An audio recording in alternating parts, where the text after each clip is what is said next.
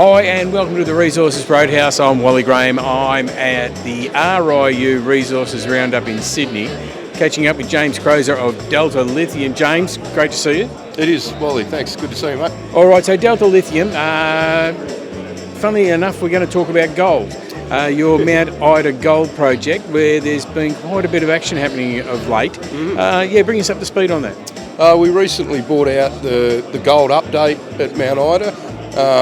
We were very much aiming to crack the million ounce mark, and we blew through it to 1.1 million ounces at a pretty good grade of 3.3. So that was a massive success for the team, and that project's looking in really good shape. All right, in such good shape that you've got some thoughts about what you might want to do with that particular project. Yeah, look, we've been around the block with it a couple of times, and the best course of action we think is to demerge it from our lithium business. We'll set it free, we'll get it funded separately via an IPO process. We'll get our existing shareholders involved via a modest in-specie distribution. They can further invest via a priority offer in that IPO, and Delta will retain a substantial ownership on our balance sheet. So our exposure to the gold will be continuing on.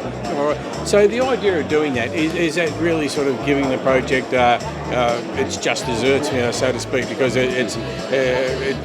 otherwise you've got one project here, one project there. You've got to share the love. You've got to pick a baby, so to speak. Yeah. So as you said, demerge it, put it out into its own entity. Yeah, well, look, it sort of goes back to the last two capital raisings that Delta's done. We raised a significant amount of cash into Delta's business from lithium investors, and we need to respect that. Taking Mount Ida gold forward to an investment decision will probably take several millions of dollars, tens of millions of dollars to infill Baldock and then explore properly along the 20 Ks of strike. And we'd like to do that outside of Delta's balance sheet. That needs to happen. The gold market's up. It's a great time to demerge it and get a very favourable outcome for Delta's shareholders, and that's what we're seeking to do. All right, so on the other side of the ledger, the other projects, what's happening there? Yeah, look, Innathara's still very exciting. We'll get a drill rig up there shortly at Jamison's and try and grow up on the maiden resource there. We're continuing on with the met test work on the Melinda pegmatites, and the tantalum is a bit of a dark horse which we'd like to incorporate into the flow sheet up there.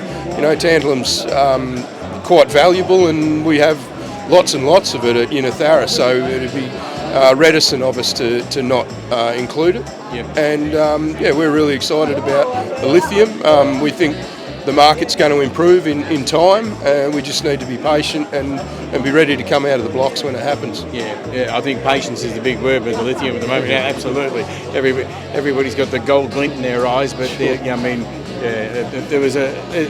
was the darling of the market for a reason, recently, so it's got to come back. Yeah, we think so.